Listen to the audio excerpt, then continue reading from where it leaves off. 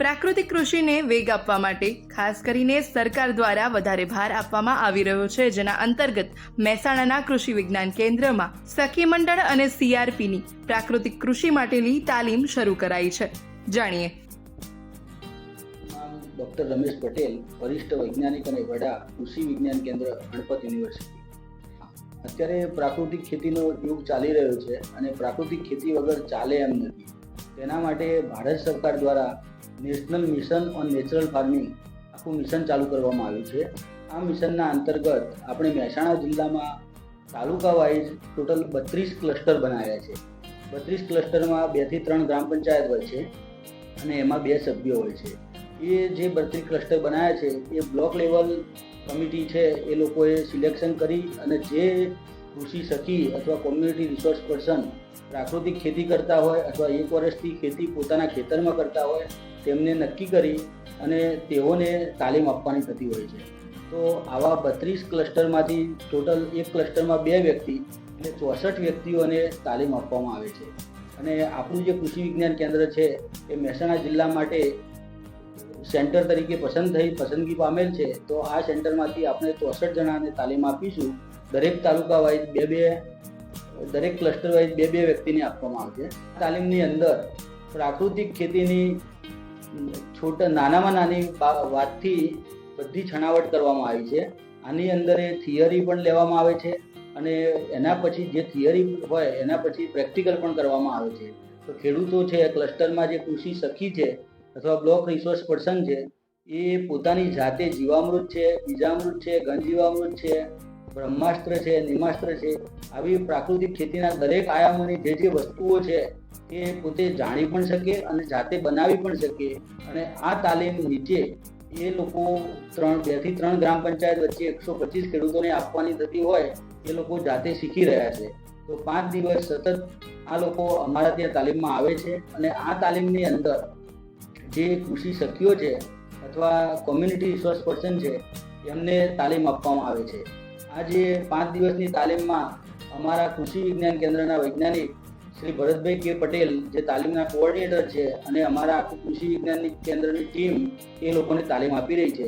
અને આ તાલીમના અંદર આપણે જે પ્રાકૃતિક ખેતીનું જે મટીરિયલ છે એમાં પ્રાકૃતિક ખેતીની બુક છે, એના માટે અવેરનેસ ચાર્ટ્સ જે 16 બનાવ્યા છે એ બધું એમને આપવામાં આવશે જેથી નીચે જે ખેડૂતોને પ્રાકૃતિક ખેતીની તાલીમ આપવાની થતી હોય એમને જે ઝીણવટપૂર્વક બધી માહિતી પૂરી પાડે.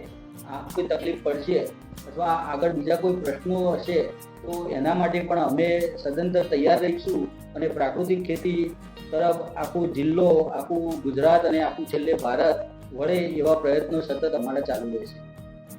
મારું નામ પટેલ રામાભાઈ શંકરભાઈ, ગામ વજાપુર, તાલુકો વિજાપુર, જિલ્લો મહેસાણા વતની છું. અમે અહીં આવ્યા અને જે 5 દિવસની તાલીમ લીધી એની અંદર અમને જે મિશનના રૂપમાં રૂપાંતર કરવામાં આવ્યું. આ પ્રાકૃતિક ખેતીનું અભિયાન અમે જે ઘેર પહેલા ક્લસ્ટરથી ખેડૂતો ભેગા કરી વાતો કરતા પણ ખેડૂતો અપનાવતા નહોતા, એના બદલે મિશનમાં એટલે હવે આ દરેકને ફરજિયાત પણ અપનાવવું એવી વાત કરવા માટે અહીંયા જે તાલીમ આપવામાં આવી. બરાબર, જેનાથી ખેડૂતોને અમે જે 5 ખેડૂતો અપનાવું તો 5 ખેડૂતને જ અપનાવવાનું કહેવું છે. અમારે એમ કે આખા ગામને નથી અપનાવવું, 50ને નહીં અપનાવડાવું, પણ જે અપનાવું એ ગામમાં પૂરતા પ્રમાણમાં અપનાવવું એવું મિશન ઊભું કરવું છે.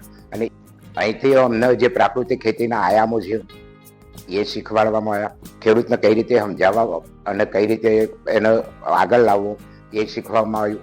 કારણ કે એને સીધું પ્રેશરથી દબાઈને શીખવાડશું તો આ ખેડૂત અપનાવશે નહીં, પણ એને થોડોક હાવ એવો ઊભો કરવો પડે કે એ પોતાની રીતે કે આ બીમારીઓ આવે છે એમાંથી બચી શકાય, જમીન ફળદ્રુપ બની શકે, પર્યાવરણ સુધરી શકે, પાણી સુધરી શકે અને આપણી તંદુરસ્તી, જમીનની તંદુરસ્તી અને જે બીમારીઓ આવે છે એનાથી બચે તો આર્થિક રીતે આપણને પોસાય એ રીતની વાતો કરીને અમને આ ખેતીનું મહત્વ સમજાવવામાં આવ્યું. પ્રાકૃતિક તો મારા કસ્ટરમાં 3 ગામો જે આપવામાં આવે છે એ દરેકને અમે સમજાવીએ છીએ. આ સિવાય પણ અમે ઘણા ખેડૂતોને સમજાવતા રહ્યા છીએ.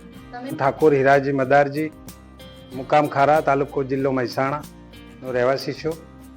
છેલ્લા 3 વર્ષથી પ્રાકૃતિક ખેતી સાથે જોડાયેલો છું.